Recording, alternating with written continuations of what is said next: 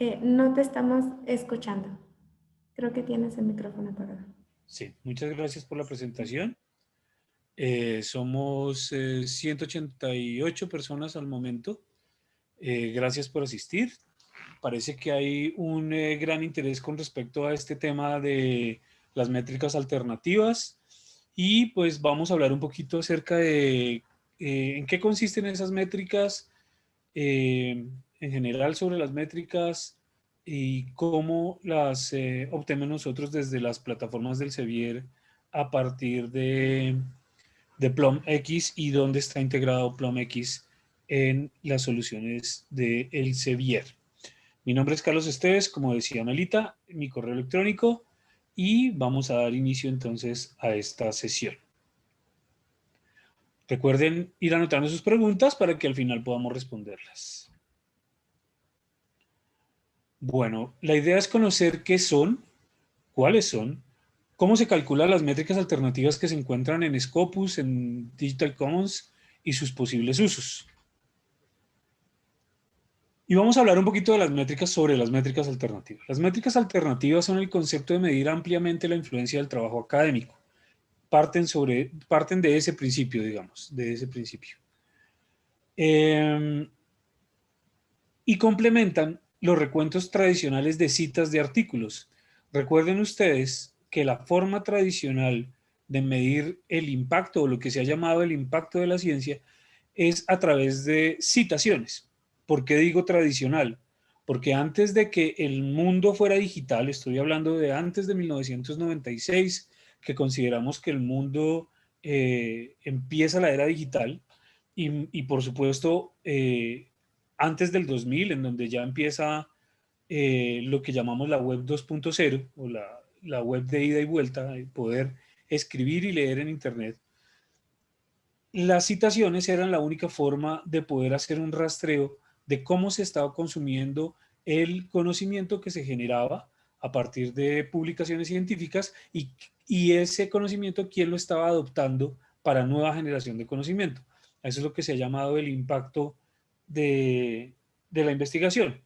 Claramente, hoy día, con los recursos que tenemos, en el siglo XXI además, pues entendemos que podemos extender esa forma de entender el impacto de la investigación no solamente a los productos literarios, sino a otro tipo de artefactos que salen de la investigación. Entonces, tradicionalmente, la única forma que existía, sobre todo porque era un mundo análogo, en donde las revistas no eran digitales, no existía internet, era la forma a través de las citas. Hoy día este panorama ha cambiado gracias a los adelantos tecnológicos y pues por eso empiezan a aparecer otras formas de extender la forma de entender cómo se socializa, cómo se distribuye el conocimiento generado por la investigación en la sociedad. Entonces, las métricas alternativas también amplían la comprensión del trabajo académico, ¿no? Como lo decía anteriormente, más allá de las publicaciones científicas. Vamos a poder ver otras cosas, otros aspectos, otras dimensiones en cómo beneficiamos a la sociedad, conjuntos de datos, software, propiedad industrial, presentaciones, incluso la vida digital, cómo se presenta, cómo se mueve, cómo se difunde el conocimiento producido por la investigación en diferentes tipos de ambientes digitales. Y en eso es que consiste este mundo nuevo de las métricas alternativas.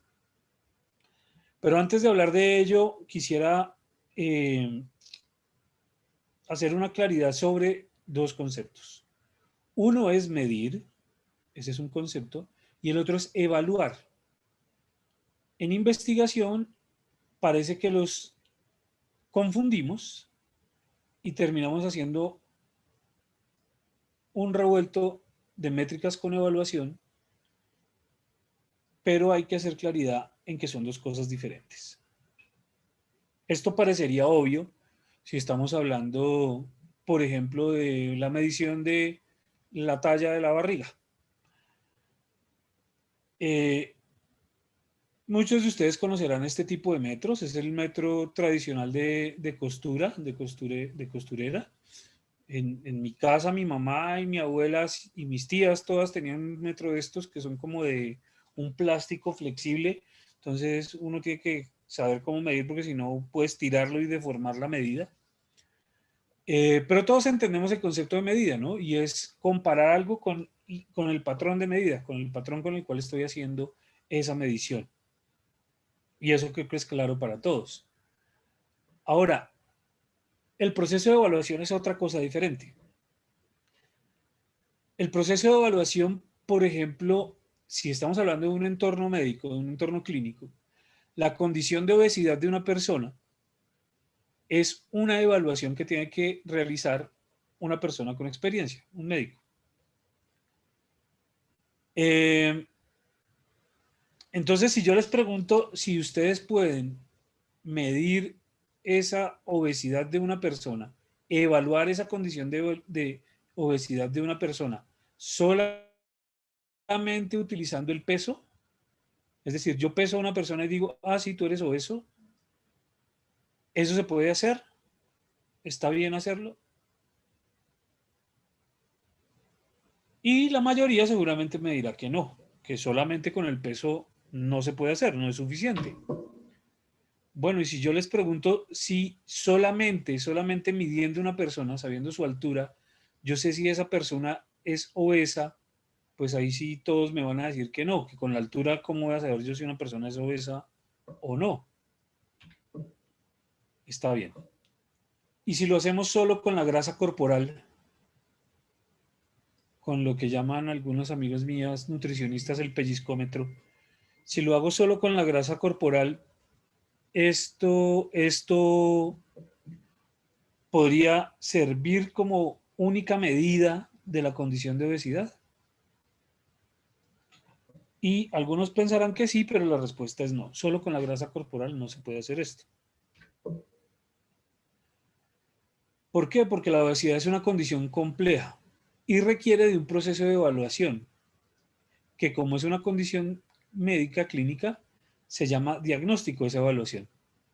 Y tiene que estar soportado por una serie de métricas. Esas métricas, las que mencionamos, por ejemplo, el peso en kilogramos, la altura en centímetros, el género, si es masculino o femenino, la grasa corporal en porcentaje de la masa del cuerpo, la edad en años. Esto son medidas, son métricas. Con estas métricas yo puedo hacer una evaluación de obesidad, pero incluso también puedo construir indicadores. Esas medidas me sirven para construir indicadores. Por ejemplo, yo puedo utilizar una relación entre estas dos medidas, peso y altura, y construir un indicador que se llame el indicador de masa corporal. Y con ese indicador puedo generar categorías. Obesidad, sobrepeso, normal, debajo de lo normal, ¿cierto? Pero fíjense que no es una relación lineal. Esto no es una relación lineal, es una relación que no es absolutamente lineal.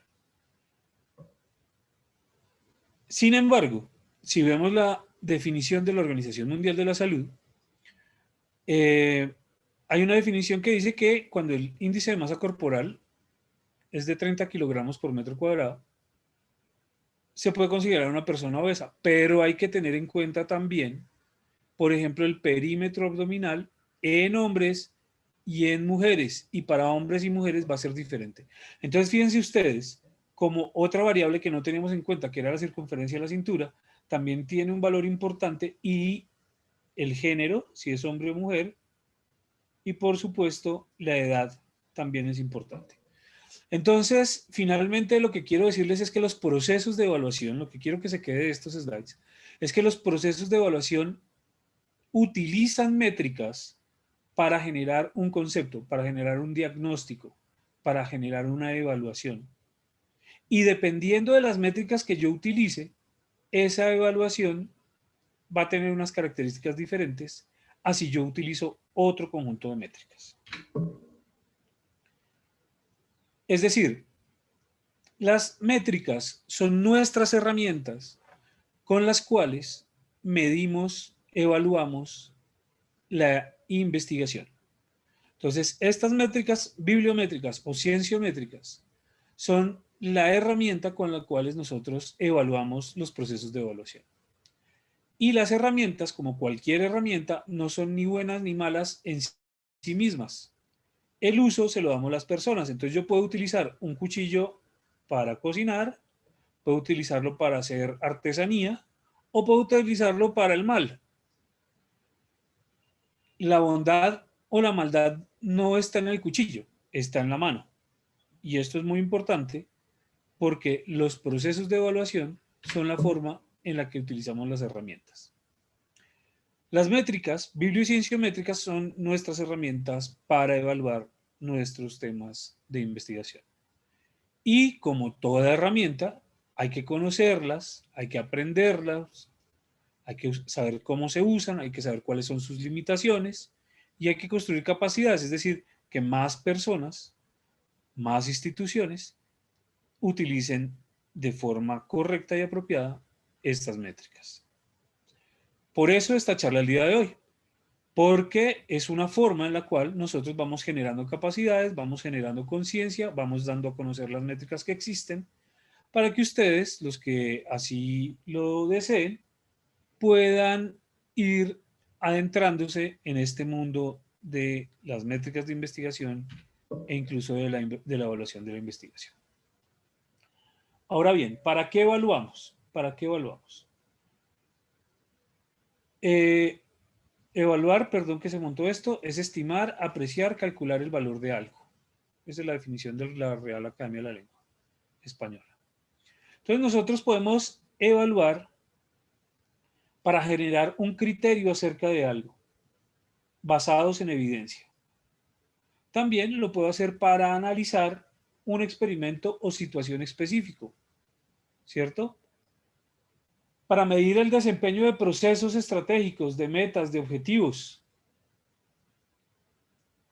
Es muy importante entender que los procesos de evaluación no son 100% lo que uno quisiera evaluar, porque los procesos de evaluación son una aproximación continua a eso que yo quiero entender, evaluar por completo.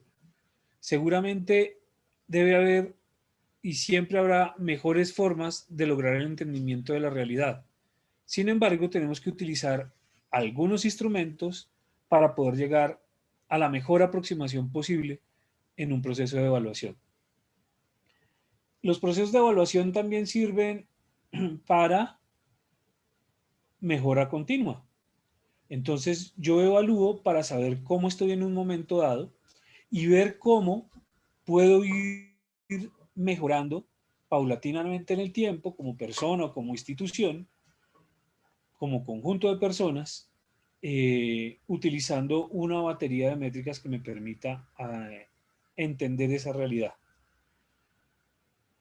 Por supuesto, evalúo los resultados de la investigación que yo haga, ¿no? A diferentes niveles. Pero pensemos en los resultados de mi tesis de mi tesis de grado o de mi proyecto de investigación. Ahí yo voy evaluando cómo van saliendo los resultados y con eso puedo estar haciendo correcciones, pero además de eso, puedo saber si mis objetivos se cumplieron o no se cumplieron.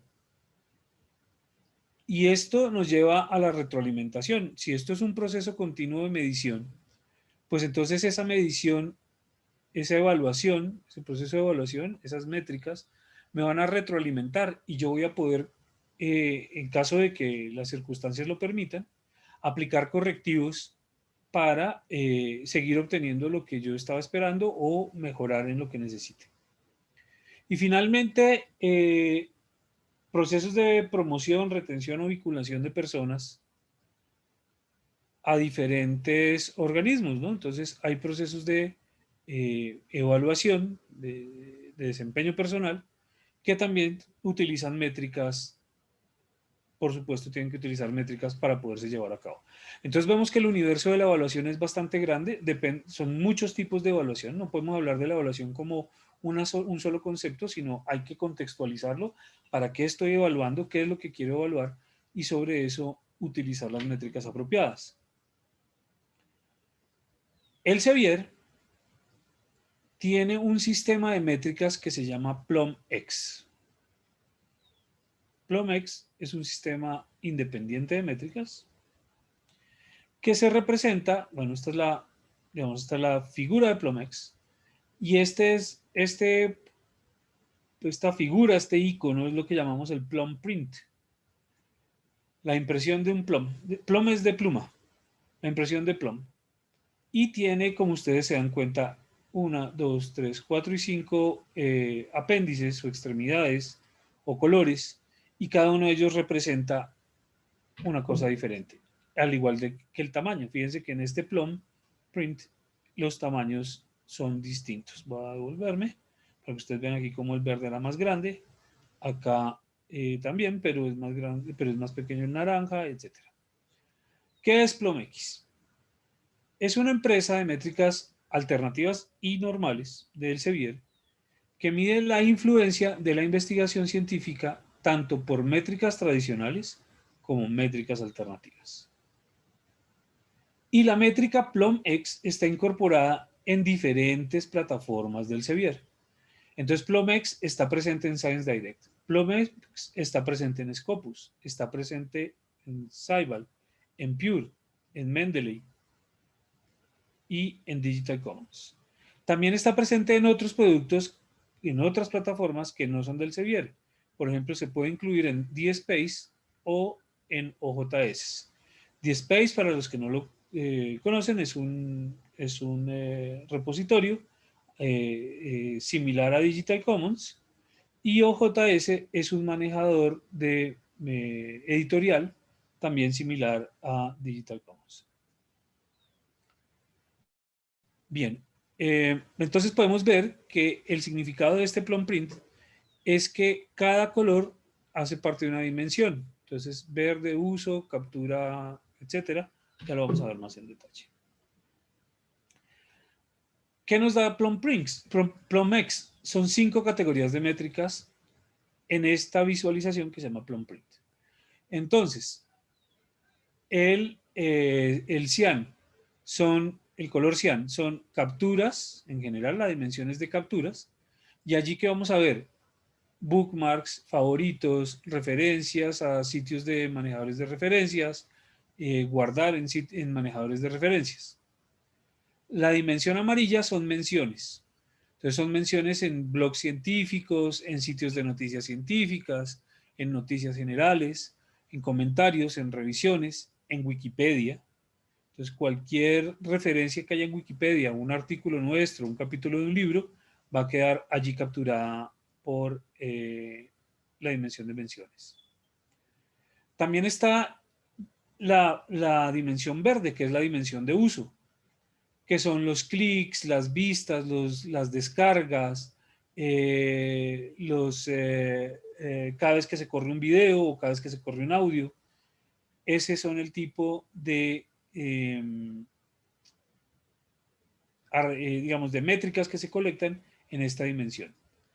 La de citaciones tiene citaciones en diferentes índices, las citaciones normales, como por ejemplo cuántas citas tiene en Scopus, pero también tiene citaciones en patentes, también tiene citaciones en políticas clínicas, protocolos clínicos, y en políticas públicas también hay citaciones, en software. Hay citaciones también en medios sociales, en redes sociales, por ejemplo en tweets, en más unos, likes y compartidos en algunas redes sociales. Ya lo vamos a ver un poquito en detalle, pero es para que ustedes se vayan haciendo idea de que cada color es una dimensión diferente. Entonces son capturas, menciones, redes sociales, citaciones y uso. Aquí un poco más en detalle, ¿no? Entonces las métricas de uso, que era ya lo que ya les había dicho, las de capturas representadas por este icono, las de menciones, redes sociales y citas, para que quede un poco más claro. Además está en español y más grande. PlumX ha aumentado o ha diversificado la forma en que se pueden medir los artículos. Entonces ya no son solamente las versiones publicadas de los artículos. Tiene diferentes versiones de artículos a las cuales rastrea y les colecta métricas. Por ejemplo, las versiones del editor, los artículos que están en Green Open Access, los preprints y otra serie de versiones que no voy a mencionar ahora. ¿Qué está midiendo Plomex hoy día? ¿A qué le está obteniendo métricas hoy día Plomex? Son más de 7.700 millones de publicaciones distintas en el mundo. 7.700 millones de publicaciones digitales en el mundo. Plomex está colectando información de toda esta cantidad de artefactos. Esto es brutal. Cuando uno piensa en esa cifra, es impresionante. ¿Por qué? Porque, por ejemplo, está trayendo citas, ya Cielo México y Cielo Brasil tienen PlomX incluido. Entonces, los artículos que están indexados en el sistema Cielo, tanto en Brasil como en México, están colectando métricas alternativas. Están colectando métricas de Plom. Ustedes saben que Cielo es el sistema de acceso abierto de publicaciones científicas más grande de latinoamericano en realidad. Pero también existe uno chino que se llama Airiti. Entonces también lo hace con Airiti. Todas las publicaciones chinas que están en Airiti, en mandarín, por supuesto, están colectando también métricas. Scopus, toda la bibliografía que está indexada en Scopus está colectando métricas alternativas. Y más recientemente, Digital Commons. Todo lo que se encuentre en los repositorios de Digital Commons está colectando métricas alternativas. Entonces, estas grandísimas plataformas de publicaciones científicas están colectando métricas, pero además de eso, hay otra serie de lugares en donde se colectan métricas independientemente de estas de publicaciones que vamos a ver ahora más adelante. Una cosa muy importante para los más jóvenes, esto parecerá como loco, pero es que hace 4 o 5 años era muy difícil o era imposible tener métricas de los libros. No había métricas de libros, básicamente. Ahora, utilizando un sistema que se llama WorldCat de OCLC, que ustedes pueden consultar en internet, podemos colectar métricas de descargas de libros electrónicos. ¿De qué sitios? De Amazon, de Goodreads y de Wikipedia. Podemos colectar información de libros, métricas para libros, de Amazon, de Goodreads y de Wikipedia. Entonces, antes entendíamos los productos de investigación, antes y todavía se entiende cuando uno habla de productos de investigación, la mayoría de las personas lo asocia a productos literarios, o sea, a artículos, a libros, a conferencias, a reportes, resúmenes, capítulos de libro, etc. Sin embargo, hoy entendemos, y gracias a estas métricas también un poco en parte de eso, que los productos de investigación trascienden la publicación científica, que el impacto de la investigación no se puede medir únicamente a través de las publicaciones científicas, a través de las citas bibliográficas. Claro, las citas bibliográficas son la mejor forma de hacerlo porque lo llevamos haciendo hace muchos cientos de años y sabemos muy bien cómo se comportan y entendemos muy bien cómo funcionan las citaciones. Llevamos cientos de años trabajando con citas, entonces es algo que como sociedad ya tenemos dominado. Sin embargo, Plum ha extendido el concepto de producto de investigación a lo que ellos llaman artefactos. Tipos de artefactos. Entonces ya no podemos hablar solamente de publicaciones científicas, sino de artefactos que vienen que son productos de la investigación, a los cuales podemos hacerle algún tipo de medición. Y contempla cerca de 67 tipos de artefactos diferentes. Entonces, las publicaciones científicas son mucho más que los artículos. Tratemos de medirlas todas, esa es la idea.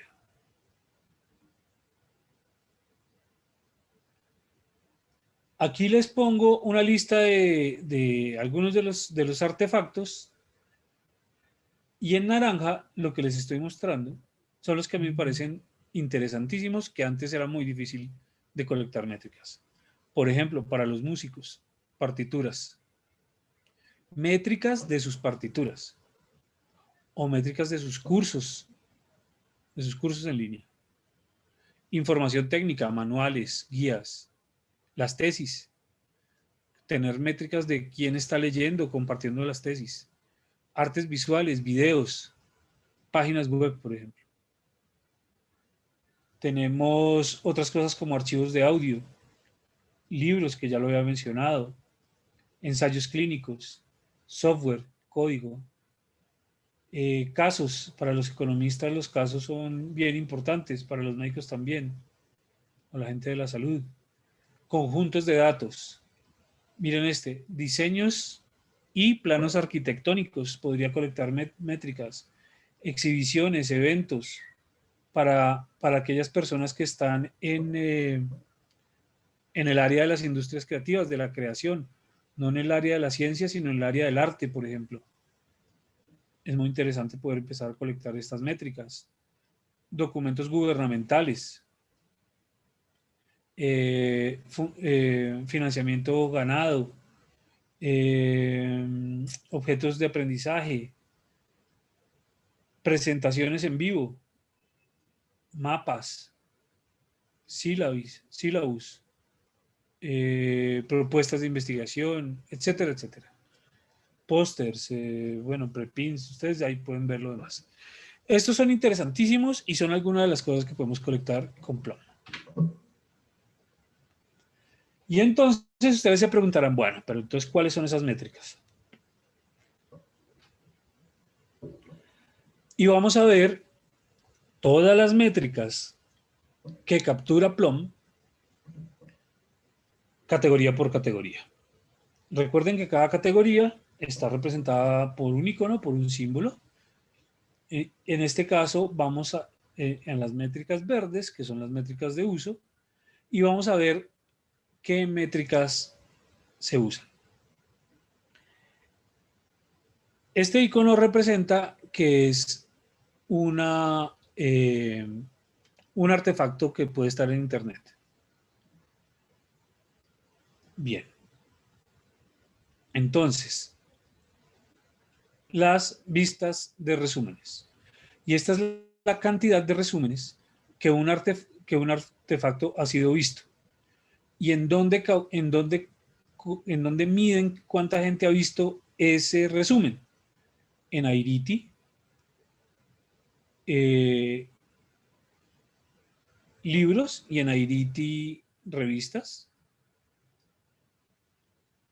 en Digital Commons, en Kavi, en DSpace, en EBSCO, ya no, hasta el 1 de noviembre del año pasado se midió en EBSCO, ya no, pero ahí están colectadas. O sea, si ustedes encuentran esa métrica en Plum, ya saben que es hasta noviembre del año pasado.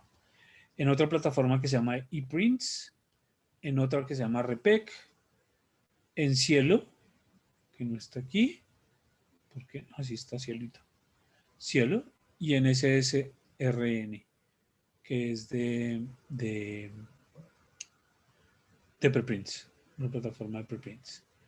Entonces, vistas de resúmenes se capturan en todos esos lados. Clics de una URL. Entonces, si ustedes, por ejemplo, tienen una dirección electrónica larga de donde van a poner, no sé, un video de la investigación que hicieron o de cómo les quedó de bonita la planta o yo no sé, un video, por ejemplo. Ese video lo pueden poner, le pueden hacer una dirección corta con Bitly y Bitly les va a capturar, Plum les va a capturar las veces que le han hecho clic a esa dirección. Entonces es muy importante, si ustedes quieren dejar un recurso, por ejemplo, en un proyecto de investigación, allí pueden ustedes ver cuántas veces le han hecho clic. También clics en una URL de los colaboradores de proyectos en GitHub.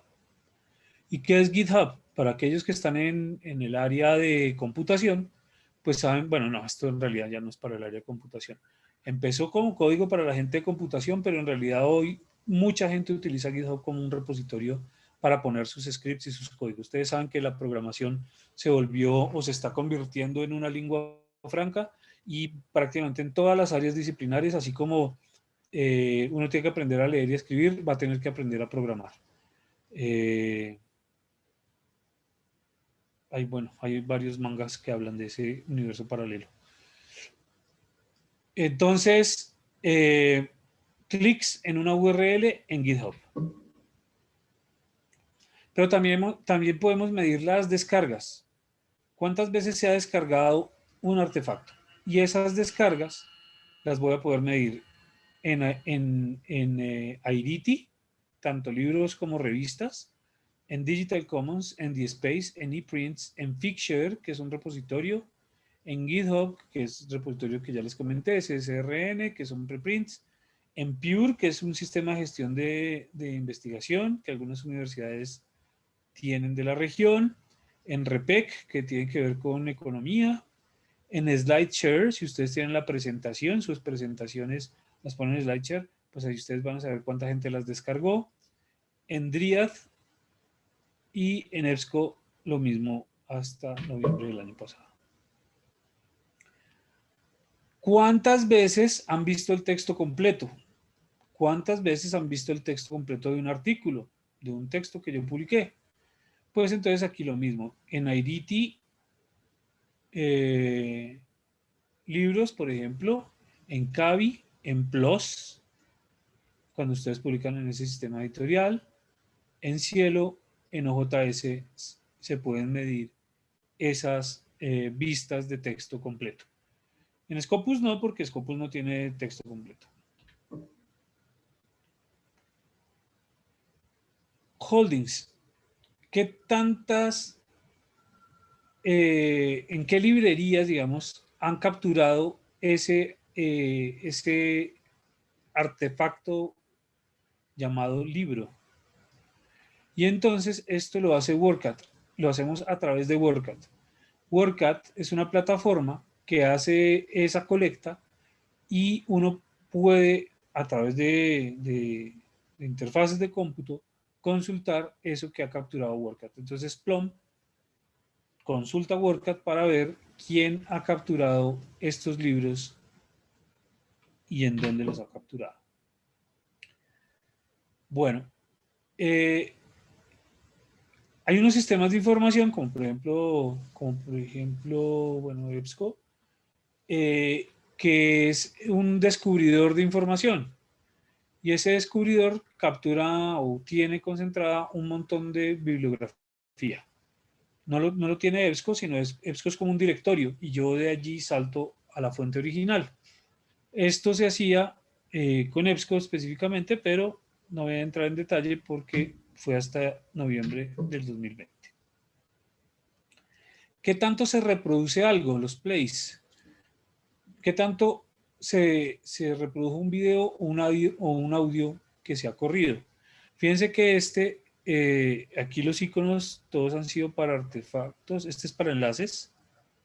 Este es para enlaces. Los anteriores, este es para libros. Este es para artículos. Entonces, ustedes ahí van a poder tener una guía de qué tipo de artefactos son artefactos en Internet, que son descargas o funciones en Internet, libros, enlaces, y este es para archivos de audio y archivos de video. Entonces, ¿videos en dónde? Videos en Vimeo, en YouTube y audio en SoundCloud. De forma tal que si usted tiene, por ejemplo, una grabación, parte de su proyecto de investigación, y quiere saber qué tanto se reproduce eso como parte de los datos. Por ejemplo, usted en un artículo referencia que hizo una entrevista y eso lo tiene en un audio o grabó un video de la zona y lo pone en su artículo. Pues bueno, si ustedes lo tienen en Vimeo o en YouTube, van a poder capturar esas veces que se reprodujo. Otras vistas. ¿Cuántas veces se ha visto ese artefacto? En este caso son en Dryad, en Figshare y en SlideShare. Una presentación, por ejemplo, una presentación que ustedes hagan, una ponencia, pueden ponerla en SlideShare y van a poder saber cuántas veces ha sido vista esa ponencia en SlideShare. O si la tienen un archivo en Dryad o en Figshare, pues lo van a poder hacer. Y aquí ya cambiamos de la categoría de uso a la categoría de citaciones, que es la naranja. Entonces tenemos índices de citación. Este es el número de los trabajos en IDT que han citado un artefacto, que puede ser un artículo. Entonces allí hay un índice de citación que se llama el IDT Academic Citation Index y captura la información de estas publicaciones en esta plataforma china, como les decía. También lo hace sobre Crossref. Ustedes saben que Crossref es una plataforma internacional en donde es la más grande del mundo, en donde se capturan las referencias bibliográficas para diferentes usos. Pues bueno, podemos saber a partir de Crossref cuántas citaciones se ha hecho para un artículo en específico. Y lo mismo para PubMed Central. Entonces, si ha sido citado en PubMed Central, pues nosotros vamos a poder colectar esa información y vamos a saber qué se citó en alguna de las publicaciones que están en PubMed Central. Muy importante para el área relacionada con salud, todas las áreas relacionadas con la salud, porque pues allí tienen una compilación de bibliografía de revistas bien interesante. También en PubMed Central Europa, que es un subsistema de PubMed. Entonces, en PubMed Central Europa también capturamos las citaciones en Plum. REPEC, que como les decía, es una plataforma que conocen muy bien los economistas. Entonces, también lo que se cita en REPEC, capturamos las citas. Las citas de artículos, de artefactos que estén indexados en Cielo, pues también podemos tener esa información. Recuerden que Cielo solo está capturando para las publicaciones en Cielo México o en Cielo Brasil. Por supuesto, los artefactos que hayan sido citados en Scopus. Entonces, todas las citas que se hagan en algún artículo, conferencia o cualquier tipo de artefacto en Scopus va a ser capturada. Lo mismo para SSRN. Las citas que se capturen en SSRN.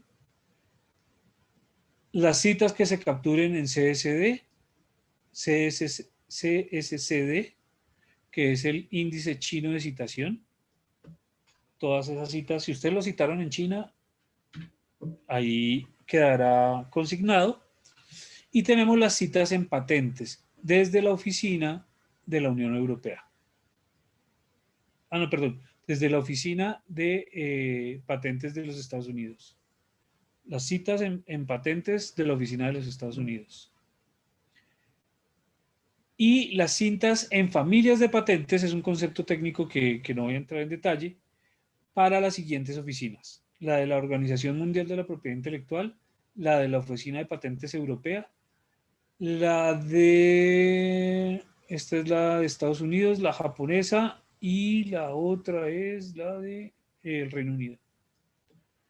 Entonces, si ustedes han sido citados, si su trabajo científico ha sido citado en una patente y esa patente se registró en alguna de estas oficinas, usted va a poder encontrar quién lo ha citado en una patente. Una cosa muy importante que nos lleva hacia, por ejemplo, poder evaluar el impacto clínico, el impacto en medicina, el impacto en salud de nuestras publicaciones. Dynamed Plus es un sitio de referencias de citaciones en protocolos médicos. Entonces, tenemos allí los servicios de alerta clínicos, las guías clínicas, las revisiones sistemáticas y los ensayos clínicos. Eso es la información que colecta Dynamed Plus. Y entonces, si usted ha sido citado en una guía clínica, en un servicio de alerta clínico o en un ensayo clínico, que es un valor muy importante para el impacto de su investigación, lo va a poder saber a partir de Plum. Lo mismo en PubMed. En las guías clínicas de PubMed se puede referenciar ese artefacto. Y las guías PubMed tiene cerca de 25.000 guías que pueden servirle, pues obviamente están utilizando en todas las partes del mundo como protocolos clínicos para ser aplicados en la atención en salud. Entonces, si su trabajo científico ha impactado en una cita clínica, va a poder, y eso está en PubMed, lo van a poder colectar. Lo mismo con las guías clínicas de NICE. ¿Qué es NICE? NICE es National Institute of Health and Care Excellence. Entonces, si esto es del Reino Unido, si ustedes han sido citados, su trabajo científico ha sido citado en una guía clínica en el Reino Unido y esta está indexada en NICE, pues ustedes van a poder saber que ya impactaron la práctica médica con, con la ciencia que ustedes están generando.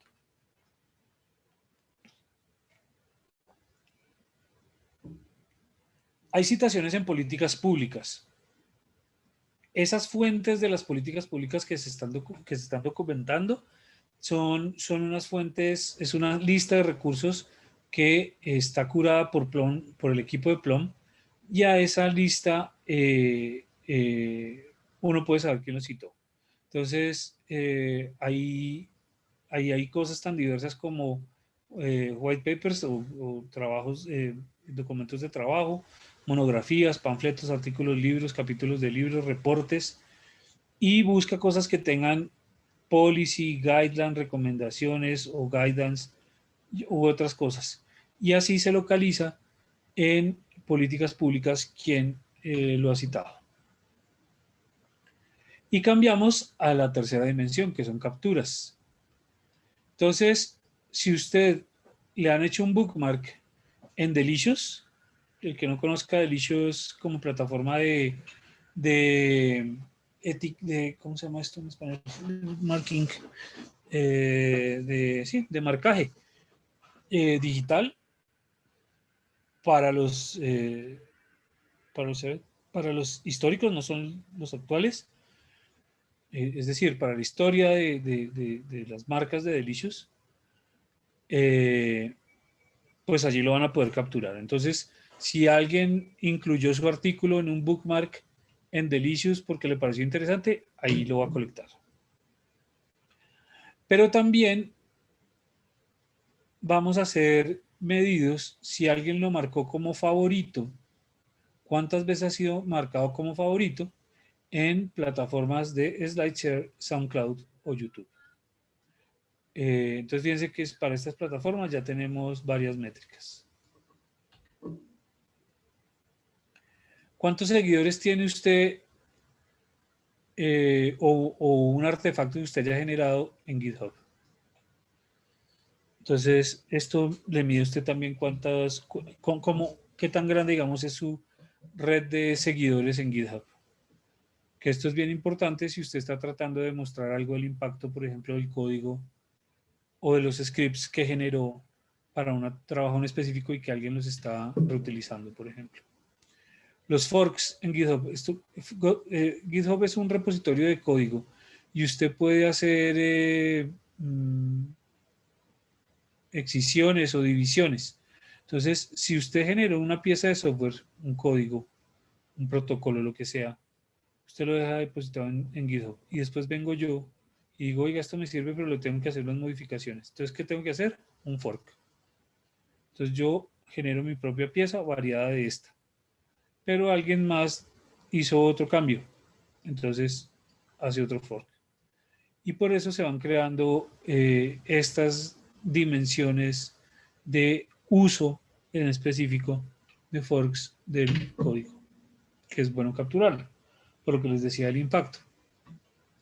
Ahora, ¿cuántas personas han añadido su artefacto a su librería o briefcase portafolio digital de herramientas como Site You Like, como Goodreads, como SSRN o como Mendeley? Site You Like es una herramienta de bookmarking social, que la idea de estas es compartir situaciones de papers académicos si no lo conocían. Goodreads es una plataforma que me permite comentar sobre libros en específico y se ha utilizado para literatura normal, pero podría utilizarse también para literatura científica claramente, e incluso servir de plataforma de promoción de sus libros académicos. SSRN, que son preprints, ya lo había mencionado, y Mendeley, en donde usted puede poner las referencias o generar las referencias de todas sus publicaciones y ver quién está capturando esos contenidos en sus propias redes. Esto es guardar o exportar una referencia, una citación de una de estas plataformas. Sin embargo, ya como lo he dicho varias veces, para EBSCO solamente funcionó hasta el 1 de noviembre del 2020, es decir, que funciona para SSRN, que es un sistema de preprints de acceso abierto, que ustedes pueden entrar y revisar todos los preprints que están allí. Muchísimo de ciencias sociales, muchísimo. El número de suscriptores. ¿Cuántos suscriptores tienen YouTube? ¿Cuántos suscriptores tienen Vimeo? Entonces usted puede crear un canal de su proyecto de investigación o de su grupo de investigación o no sé, de la universidad y mirar cuántas personas se han suscrito. ¿Cuánta gente ha mirado el artefacto o actualizaciones de su artefacto en GitHub? De su pieza de código, de su software en GitHub. Y entramos ahora a la dimensión amarilla, que es la mención, las métricas de menciones. Entonces, menciones en blogs. Los blogs, los posts en blogs que han escrito acerca de su artículo o de su libro o de su capítulo de libro o de lo que usted haya generado. Esa lista de blogs son blogs científicos y esos blogs los cura PlumX. Se hace una curación de eso. Y esa lista curada, sobre esa lista curada es que se hace el trabajo. Ustedes se preguntarán, ¿y cómo se hace para poder hacer el seguimiento de mi artículo? Recuerden que los artículos hoy día, las publicaciones, todas las publicaciones digitales, tienen o pueden tener una cosa que se llama DOI, que es Digital Object Identificator. Si usted está publicando en una revista en donde su artículo no genera un DOI,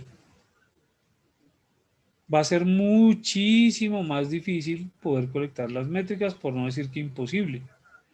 Entonces, cerciórese que cuando usted va a publicar, la revista que usted quiere tenga DOI. Y si no tiene DOI, pregúntele al editor por qué no tiene DOI y que le ponga DOI a todos los artículos para que pueda usted como rastrear el desempeño de esa obra suya, como se dan cuenta en todas estas dimensiones. Bueno, tenemos los comentarios. Entonces, la cantidad de comentarios que se han hecho en Reddit acerca de un trabajo suyo, en SlideShare, en YouTube o en Vimeo. Entonces, si alguien hizo comentarios, se van a poder colectar en esas plataformas.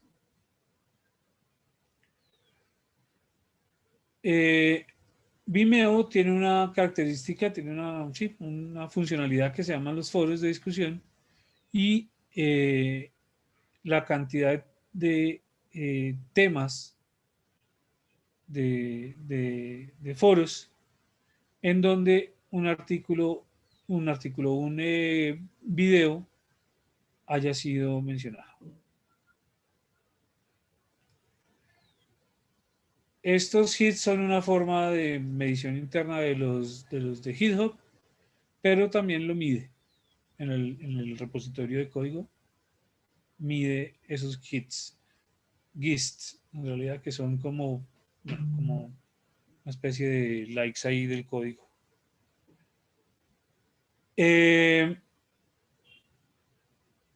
Las menciones en noticias. Entonces, en artículos de noticias que han escrito sobre su artículo, que han hablado de su artículo, se pueden colectar en Plum, y hace una lista, Plum tiene una lista también de medios de comunicación a los cuales les hace seguimiento para colectar a nivel internacional en qué noticias ha generado usted básicamente con su investigación. Sería eso como la transferencia o la transformación al impacto. En sitios de preguntas y respuestas, ¿cuántas veces han hablado de sus artefactos, de sus publicaciones en esos sitios de preguntas y respuestas?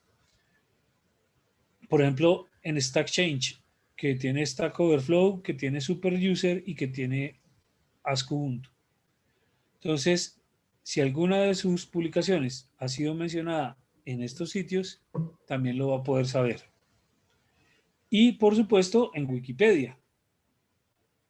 Entonces, si algún documento, texto ha referenciado, ha puesto como referencia su artículo, su capítulo de libro en Wikipedia, pues va a aumentar ese número de referencias para este caso en específico de Wikipedia. En la cantidad de resúmenes acerca que escribieron sobre su documento en Amazon, en Goodreads o en SourceForge. Entonces, por ejemplo, en Goodreads, si usted tiene un libro o un capítulo de libro y está en Goodreads o en Amazon y le han hecho comentarios, usted va a poder saber eso y lo va a poder contabilizar. Y si lo tiene en un repositorio como SourceForge, pues una cosa similar. Y para terminar, la colección de métricas, están las métricas azules, que son las de redes sociales. Entonces, ¿cuántos likes ha tenido en YouTube o en Vimeo para sus videos? ¿Cuántos shares, likes y comentarios ha colectado en Facebook? ¿Cierto? Eso es bien importante. Ratings. Entonces, el rating promedio del artefacto, porque la gente los califica. Entonces, en Goodreads hay cómo calificar los libros. Y entonces aquí usted captura qué calificación le han puesto a su libro, por ejemplo. O en Amazon. Si está calificada la clasificación en Amazon o en SourceForge, también qué calificación le pusieron. ¿Cuántas recomendaciones ha recibido su artefacto? Entonces, usted puso algo en Figshare o en SourceForge, pues, ¿cuántas veces ha sido recomendado ir a ver ese documento en estas plataformas? Reddit funciona como una plataforma de preguntas y respuestas en donde usted califica si la respuesta sí sirvió o no sirvió. Y eso se refiere con los upvotes y los minus downvotes. Entonces los votos hacia arriba o dedito abajo, y eso para Reddit, y lo captura allí. La cantidad de tweets y retweets que se mencionan en el artefacto. Y esto no se consulta directamente a Twitter, sino se hace a través de NIP.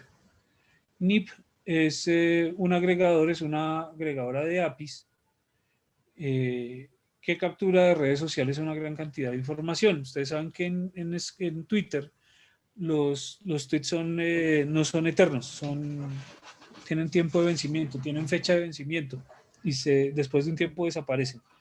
Entonces, NIP sí hace un guardado de esas referencias y por eso Plum consulta sobre NIP, que es como una base de datos histórica muy larga de estas cosas. Bien, entonces eso con respecto a las métricas alternativas que tenemos en Plum. Y veamos cómo se ve PlumX en Scopus. Casi todos ustedes tienen acceso a Scopus, creería yo. Miremos cuántas o qué tipo de métricas alternativas tenemos en Scopus. Ya vamos por 378 personas en la sesión, muy interesante, y espero que no se estén aburriendo. Entonces, ¿dónde encontramos PlumX en Scopus? Cuando ustedes entran a un artículo en específico, por ejemplo, este es un libro, se llama Introducción a los modelos de probabilidad, edición 11. Entonces, este es un texto de probabilidad. Entonces, para todos ustedes que tienen que estudiar probabilidad, ustedes dicen, pero ¿en qué libro estudio? ¿Será que hay un libro bueno? ¿Será que hay un libro más bueno, más malo que el otro? Pues bueno, aquí ustedes tienen diferentes métricas, tienen las citaciones en Scopus, los libros de texto no tienen usualmente muchas citaciones.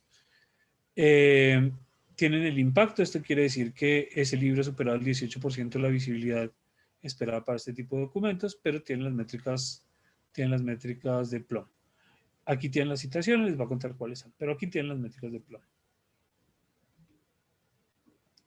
Entonces, si usted pica sobre las métricas, le van a aparecer una disgregación de cada una de las categorías. Entonces, sobre uso, en abstracts, 1980. En vista total del texto, 361. En links hacia afuera, 289. En descargas, 19. En plataformas que guardan el libro, 786. Capturas. Entonces, han capturado 88 veces el documento. Y tiene 1.235 lectores. Menciones. En resúmenes, 58 veces. En referencias, 5. Y en social media, tiene 2 shares, likes o comentarios. Pero por supuesto, eso no es todo lo que se ve. Si yo pico allí y veo todas las métricas del artículo, se me abre una página en Scopus en donde voy a tener un detalle de las métricas y aquí voy a tener, por ejemplo, que este libro salió en 2016 y quiero ver hasta 2020, quiero ver todas las citaciones y entonces yo veo aquí cómo ha sido la dinámica de esas citaciones en el tiempo, dependiendo de la ventana que yo haya escogido. Hay otra cosa que es bien importante y es el percentil del libro dentro de su área de conocimiento. Entonces me dice que está en el percentil 75. Eso quiere decir que está en un percentil considerablemente alto, teniendo en cuenta que es un libro de texto para los libros de su área. Y además tiene ese impacto ponderado de citación que me permite comparar contra otro tipo de documentos en 18% superando el promedio de citación mundial. Y acá, si ustedes se dan cuenta, entonces Plum lo que hace es que ya disgrega mejor en dónde es que han sido colectados. Entonces me dice si fue en EBSCO, si fue en WordCat, si fue en GeoReads, en Mendeley, en resúmenes de Amazon, resúmenes de Goodreads, resúmenes de Wikipedia, en redes sociales. Aparecen tantos Mendeleys porque pueden aparecer de diferentes formas y lo captura en diferentes usuarios y diferentes formas. Pero fíjense que este es el libro. Si yo ya quiero saber más en detalle qué fue lo que pasó, pues aquí tengo la página de las citaciones, de las métricas específicas para ese libro. Entonces, aquí tengo las citaciones, el uso y las capturas. Y además una cosa muy chévere, mire, si ustedes tienen acá, ustedes ven acá que hay un botón que dice embeber las métricas de PlumX. Si ustedes pican sobre ese botón, ustedes van a poder tener el código en HTML que pueden copiar y pegar en su página web, por ejemplo. Entonces, si usted fue el autor de ese libro, usted puede copiar ese código en su página web y ver cómo las métricas van variando en el tiempo. Automáticamente va capturando las cosas y usted las va a poder tener en su página web. Eso es algo muy, muy chévere, por ejemplo, para su hoja de vida. Poder tener esas capturas de sus productos de investigación me parece una cosa muy bonita. No lo he visto, no lo he visto en investigadores que lo usen, tal vez porque desconocen que se puede hacer. Pero ahora que ustedes lo saben, yo sé que muchos de ustedes se van a animar. Entonces, como les decía, aquí están las citaciones en Scopus, aquí usted se puede ir a Scopus, en EBSCO, en Linkouts y en resúmenes. Recuerden que esto es hasta noviembre del año pasado. En Mendeley y las guardadas en EBSCO. Aquí hay una descripción pequeña del libro, los detalles bibliográficos del libro, ¿cierto? Y si quiere alguien dar feedback a Plum, pues lo puede hacer allí. Miremos este otro producto. Este es plasma convalescente en pacientes de COVID-19, posibles mecanismos de acción. Es un artículo que está en el 2020. Entonces 2020 no ha podido seguramente colectar muchas citas. En efecto, no ha colectado muchas citas, 20 nomás para cuando hice esa búsqueda, pero ya tenía una presencia en redes sociales de 288. Claro, ¿no? Estamos hablando de una terapéutica para COVID y el año pasado pues eso estaba todo a reventar. Entonces tenemos citaciones, tenemos 20 en Scopus, tenemos 2 colectadas de esas en Crossref y tenemos 160 tweets hablando del tema, share 128, comentarios en total en Facebook 128. Y acá yo puedo ver los tweets más recientes o ver todos los tweets. Entonces aquí yo veo quién es el que me está citando, digamos, pero en Twitter.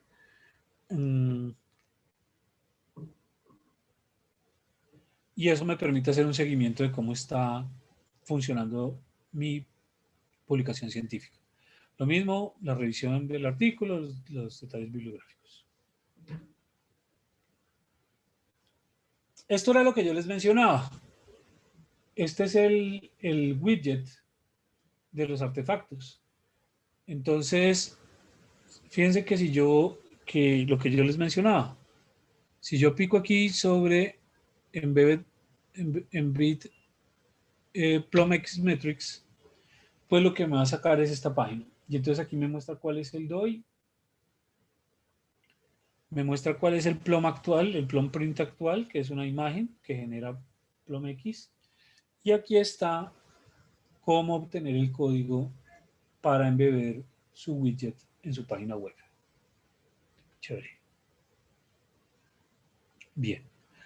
Otra de las plataformas que tiene ya incorporado PlumX es Digital Commons, que como les decía es un repositorio institucional.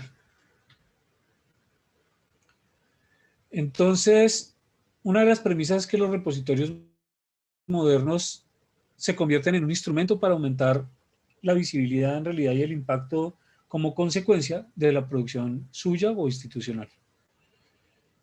Y para poder entender la historia completa de ese alcance y ese impacto, es que yo creo, esto es una opinión mía, que las métricas alternativas tienen una importancia.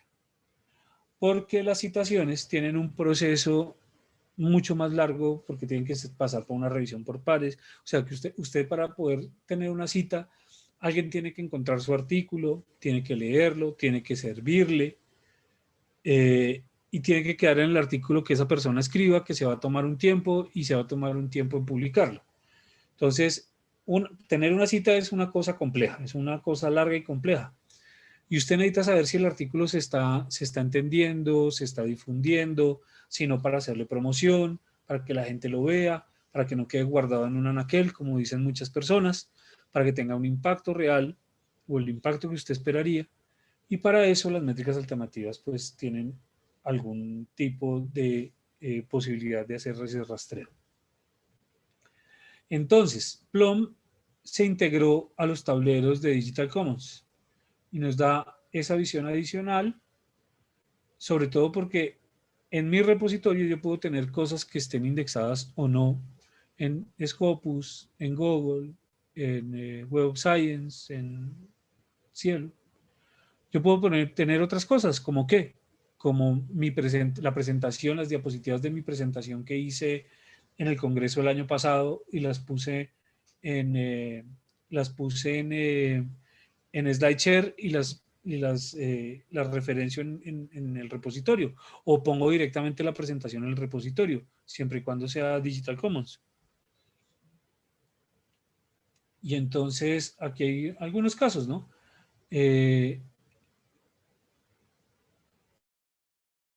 Yo como administrador del repositorio, ¿cierto? O las personas que están en el repositorio, deben decirle a los usuarios qué tanto se están consultando sus cosas, como por ejemplo su tesis. A mí me gustaría saber si mi tesis ha sido leída o ha sido descargada, la tesis de pregrado. Tanto que se dice que esas tesis, tanto trabajo y quedan en anaqueles. Bueno, ¿y cómo hacemos para saber si sí o si no? Bueno, para eso es importante tener las métricas en los repositorios. ¿Y cómo se ve eso? Fíjense ustedes. Entonces, aquí hay lo que se llama el snapshot de Plum, y acá tengo las diferentes clases. Uso, citaciones, menciones, capturas y social media para todo lo que está en el repositorio. Esto es buenísimo. Yo no sé por qué puse 2 slides. Como que quedó repetido esto, ¿qué es lo que era? Bueno. Ah, no. Es que acá usted puede ver eso para personas, para artefactos, el uso. Hay diferentes métricas, que entre esas las de Plum, que usted puede tener en Digital Commons. Eso era lo que quería mostrar. Entonces, los filtros cambian de acuerdo a esto. Este filtro es todas las colecciones, todas las disciplinas, todos los tipos, todos los perfiles, todas las disciplinas, todas las organizaciones, todas las posiciones. Si es para persona o es para el artefacto. Es decir, que usted podría saber, de acuerdo a sus publicaciones, cuáles son sus métricas alternativas, que eso también es muy interesante. Eso también es muy interesante. Y le da ese acceso fácil a todas las métricas en un solo sitio. Y de forma súper rápida y súper sencilla. Entonces, este es el dashboard. Este es el Expert Gallery Suite. Entonces aquí usted tiene la lecturabilidad, uso, trabajos, PlumX y lo que se ha grabado. Y acá usted tiene las personas, la lecturabilidad, el uso, etcétera, etcétera. Solo que aquí le dan métricas de Plum para usted. De todas las dimensiones, por supuesto. Entonces, para uso, lo mismo que vimos en Scopus o algo similar. Tengo los clics, los downloads, los views, los plays, todas las dimensiones. Crossref, PubMed, situaciones en donde tengo menciones, en donde tengo capturas, en donde tengo redes sociales.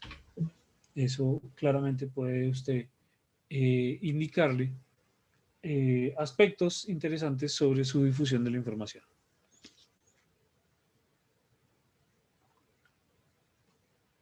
Y por supuesto que hay otro caso, necesito acceso a los recuentos de citas para poder informar sobre la métrica de impacto más reconocida por ejemplo, la vicerrectoría. Entonces yo aquí veo que la métrica que más es reconocida es la de citaciones. Y entonces yo puedo ver que de citaciones tengo 42, que son de índices, 42 en Scopus, de esos 42 hay 37 en de esos 42 hay 42 en Scopus, de esos 42 hay 37 en Crossref y de esos 42 hay 19 en PubMed Center.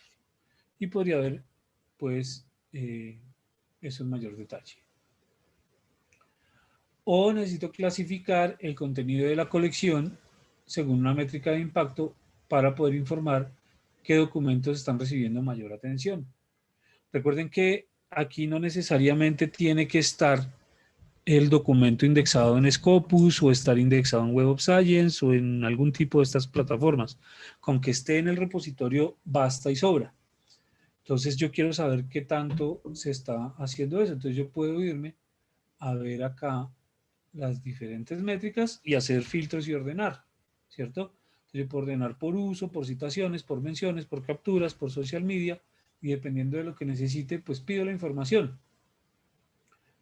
Entonces, por ejemplo, para este que es First Case of Novel Coronavirus in the United States, cuando se hizo esta búsqueda tenía 66 citas, se había capturado en 138 Digital Commons, las visiones de los abstracts en Digital Commons, en Mendeley 380 veces, 264 menciones, pero en Twitter 9.500 tweets. Una locura. 16.000 en social media. Entonces, fíjense, pues que ahí hay una forma diferente de entender el impacto de esa publicación. ¿Cuál fue el Twitter, uno de esos twitters? Entonces aquí me dice, mire, el primer caso de coronavirus en los Estados Unidos, y aquí está el enlace y todo el mundo quería saber sobre eso. Entonces, eso fue un hit. Necesito poder exportar los datos de uso para cruzarlos con otras fuentes y hacer análisis, ¿no? Como evaluación de facultades. Entonces yo puedo exportarlos. Y en Digital Commons me deja hacer la exportada de social media, por ejemplo, y poder compartir esas métricas. Entonces yo puedo compartir esas métricas con otras personas. Necesito poder ver el impacto de productos menos tradicionales de investigación, es decir, aquí ya no estoy hablando solo de artículos, ¿cierto? Colecciones, disciplinas específicas, por ejemplo en artes y humanidades, esto tiene un impacto brutal. Tener esas métricas en un solo sitio, poder desglosar las categorías de métricas para entender mucho mejor qué es lo que está pasando, poder clasificar esos contenidos de la colección de acuerdo a una métrica o el impacto o al interés. Compartir las métricas para que la gente sepa que está funcionando y exportar esos datos de uso pues para generar reportes o algo así.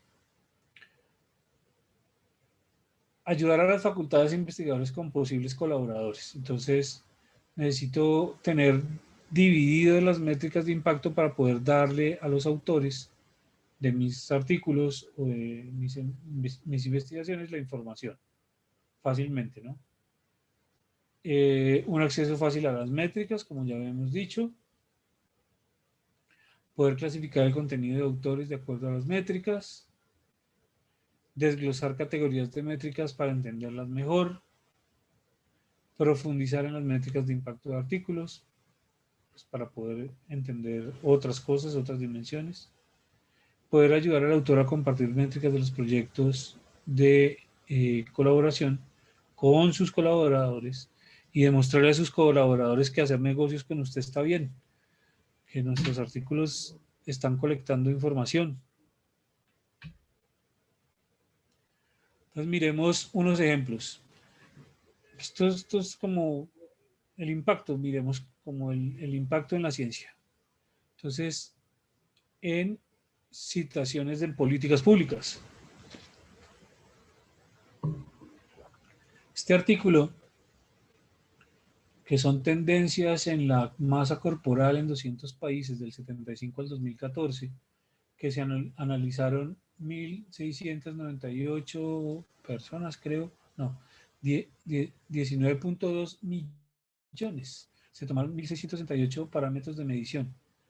Pues esto es una cosa súper jugosa para alguien que trabaja en el área de salud pública, por supuesto. ¿Cuándo se publicó esto? En 2016. ¿Cuándo se hizo la búsqueda? Como en 2020.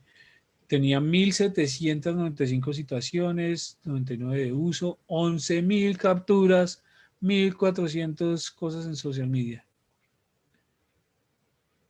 Esta es la referencia por si quieren visitarla después de esta charla y ver cómo ha aumentado en este periodo, que es lo chévere, para que ustedes vean cómo ha cambiado en este periodo. Es un artículo en The Lancet, aquí está el DOI, ponen ese DOI en Scopus y van a poder ver cómo han cambiado las métricas. Pero también ha sido citado en guías clínicas.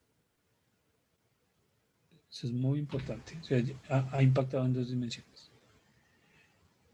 Y este, por ejemplo, de patrones de propulsión y no sé qué biomecánico en sillas de ruedas de propulsión, ha sido citado en patentes. Y miren sus métricas acá.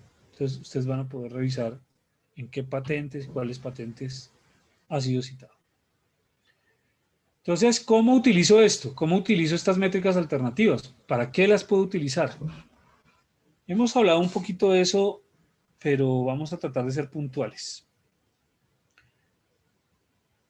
Citas en software, por ejemplo, citas en patentes, citas en guías clínicas, citas en políticas públicas que de otra forma sería imposible, muy complicado poder tener esa información compilada. Mire, el plum print, como les decía, puede utilizarse junto con otros datos bibliométricos en procesos de evaluación relativos de investigación y desarrollo, que todavía no existen, no sé, apenas se está empezando a meter las métricas alternativas en procesos de evaluación, la gente todavía no los entiende, tenemos que entender primero esto, tenemos que ver cuáles son estables para saber si podemos utilizarlas de una forma segura en procesos de evaluación. Porque los procesos de evaluación van a afectar personas, entonces uno no puede ser tan irresponsable de utilizar una métrica que todavía no se entiende bien en esos procesos. Las métricas están allí para que las estudiemos, para que vayamos viendo cómo se comportan y poder saber cómo las podemos utilizar como herramientas para estos procesos de evaluación. Entender mejor su forma de uso y su desempeño de los productos de investigación. También podemos utilizarlas para tener información para aumentar la visibilidad, para construir estrategias que aumenten la visibilidad de mis productos. Entonces, por ejemplo, si la universidad, yo saco un libro y la universidad lo pone en Amazon y hace un resumen en 2 o 3 idiomas, en español por lo menos y en inglés, pues aquí voy a poder tener propiciar que haya retroalimentación de los lectores, ¿cierto? En redes sociales, hay que pensar qué historias son las que quiero contar, no solamente el enlace del artículo ahí, porque eso no lo va a entender nadie, sino algo que sea fácil que la población, que la sociedad en general entienda qué es, en qué aportó ese artículo, y pues ya que las personas que quieran leerlo puedan asistir y verlo. En Wikipedia, por ejemplo, aumentando el conocimiento enciclopédico de un tema en específico, poniendo su investigación como cita. Entonces, si usted está aportando, por ejemplo, a la violencia de género, usted puede irse a las páginas de Wikipedia que hablen de violencia de género, aportar, porque Wikipedia recuerden que la escribimos entre todos, aportar y aportar conocimiento verídico, científico, y poner la referencia de su artículo. Eso también es válido. Y en ciencia abierta, porque me permite ver cómo se comparten esas publicaciones en diferentes grupos, por ejemplo, utilizando Mendeley, pero podría utilizar otra cosa. Y con esto terminamos la presentación de hoy. Y si quieren, entonces podemos abrir, tenemos unos minutos para la sesión de preguntas y respuestas en caso de que haya preguntas y respuestas. Entonces, vamos a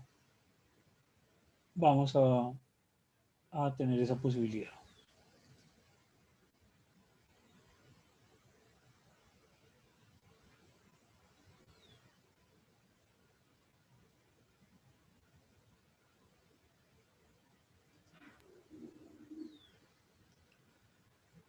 Gracias, Carlos.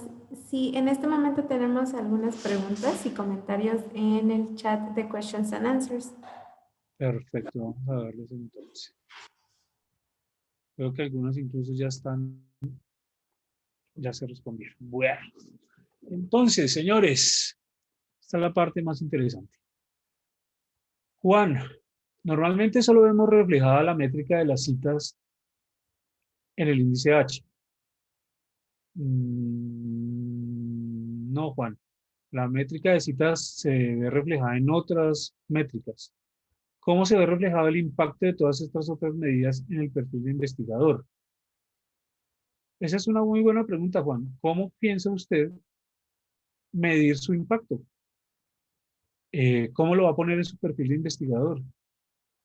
¿El perfil de dónde? ¿El perfil de Scopus? No, porque el perfil de Scopus solamente le va a proporcionar las métricas, bueno, y no usted como investigador, sino de sus artículos.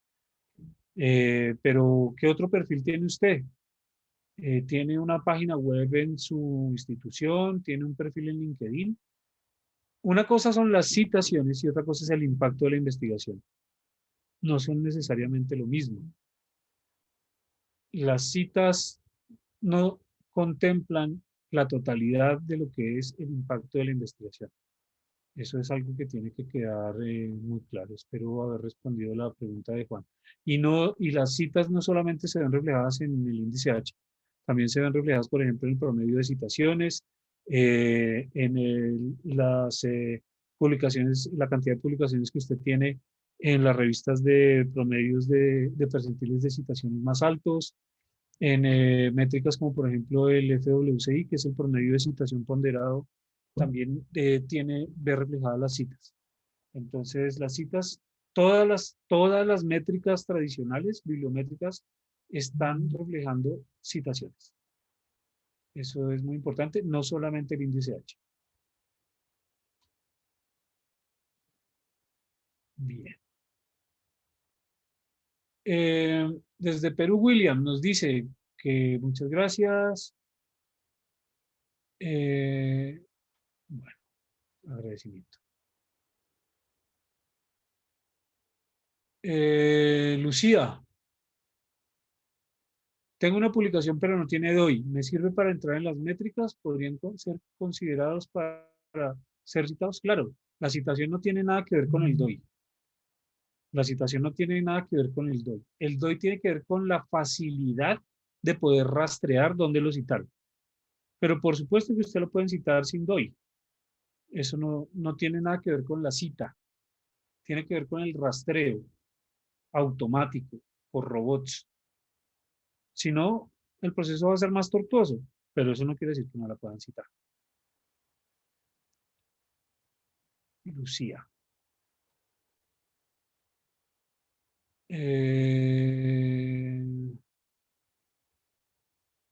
Bueno.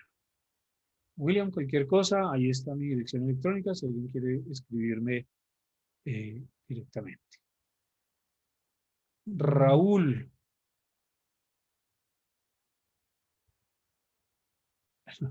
Raúl creo que llegó al final. Eh, Llegó al final de la charla. Le va a tocar volver a ver el video para que vea dónde se pueden ver las métricas de PlomX.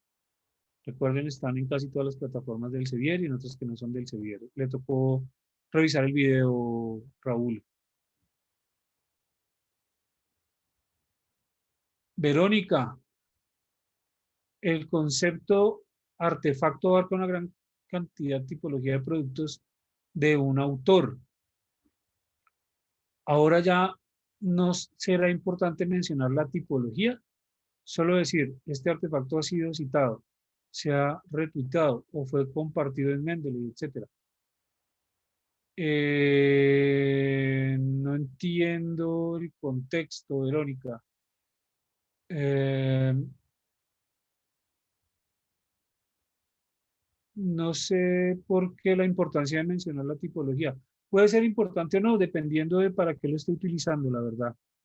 Yo creo que son unas simples categorías para uno tener como en la mente más fácil de entender cómo están categorizadas los tipos de métricas que se están colectando para los artefactos, pero es que las métricas, las categorías son sobre las métricas, no son sobre los artefactos. Son dos cosas distintas. O sea, las métricas son las que están categorizadas en categorías. Los artefactos, un artículo puede tener de todas las categorías métricas. De pronto, eso puede ser la confusión. Entonces, yo tengo un artículo, ese artículo puede colectar métricas de todas las categorías. Las categorías son para las métricas, no para los artefactos. Espero haber contestado la pregunta.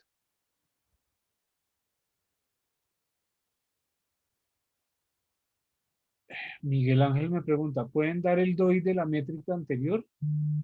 Yo creo que Miguel Ángel está confundido. El DOI es un identificador de un documento, no de las métricas.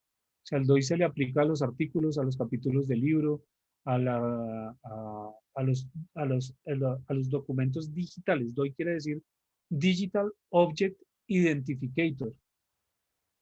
Identificador de objeto digital, no de las métricas. No sé si con eso contesto su inquietud, pero creo que se malentendió. Verónica, el concepto de teórico alcanza un tipo de tipología de productos de autor. Sí. Ah, bueno, esta es la misma. Diego, hola, gracias por el evento. ¿Cuál es el costo de esta herramienta Plum X? Plum no tiene costo, está incorporada dentro de las herramientas del CIER.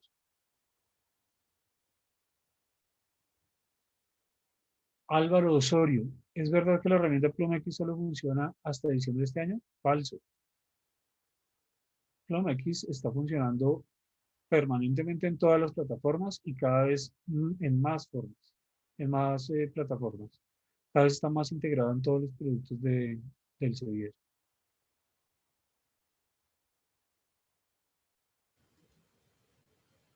Yo también quiero un taller práctico para saber cómo hacer uso de estas métricas de investigaciones. Quiero usar la información de mis métricas para agregarlas a mi perfil en redes o en plataformas donde esté. Gracias por la sugerencia, Raúl. Lo vamos a tener en cuenta. A ver si hacemos un taller de cómo poder utilizar esto. eh, pero inténtelo, arriesguese con la información que les mostré de cómo agregar los plums y muéstrenos de pronto un ejemplo a todos. Sin embargo, pensaremos en generar ese taller. Gracias por la sugerencia. En el caso de ResearchGate, no, pues no, yo de ResearchGate no sé.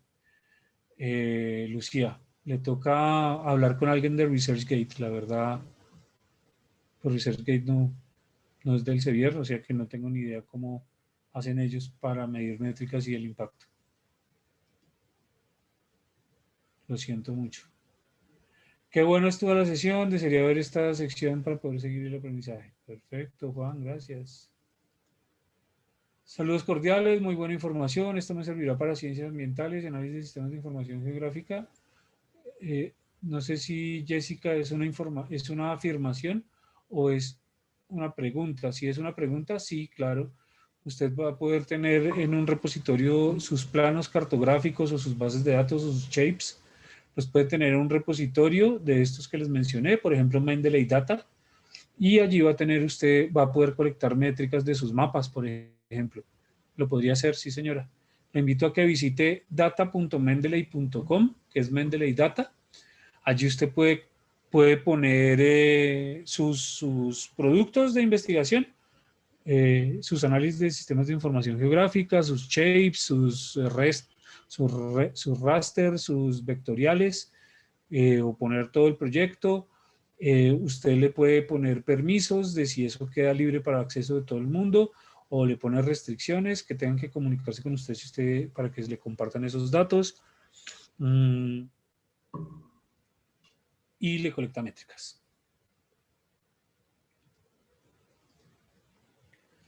John Moore o More, no sé. Saludos cordiales.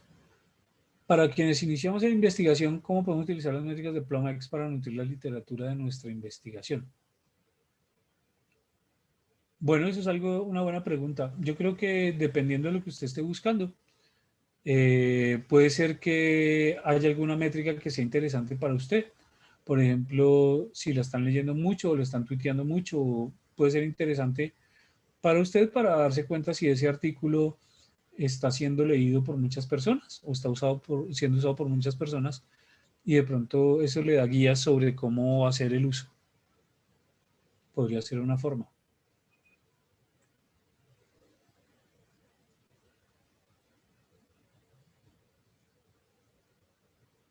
Gracias, Lucía. Bueno, las editoriales podrían manipular, las editoriales, no sé si las personas sí con seguridad pueden manipular algunas métricas, por ejemplo la de Twitter. Si usted pone unos robots a tuitear, pues se van a cambiar las métricas de redes sociales. Hay otras que son más difíciles, las de citación, pues son unas métricas más difíciles de manipular y justamente, Salvador, eso es lo que tenemos que aprender todos como comunidad a manejar, porque son tan nuevas que todavía no sabemos cómo son esos comportamientos, sobre todo las malas prácticas. Todavía no se están utilizando las métricas para procesos de evaluación que yo sepa, entonces todavía no tienen malas prácticas, pero seguro ya habrá alguien que quiera manipularlas de alguna forma. Entonces hay que estar pendientes de eso.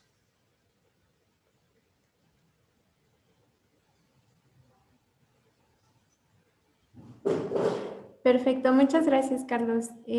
Voy a aprovechar estos últimos minutos para comentarles rápidamente cuál es el proceso de descarga del certificado y dónde pueden encontrar esta grabación que varias personas ya estuvieron preguntando. Entonces, voy a compartir pantalla rápidamente.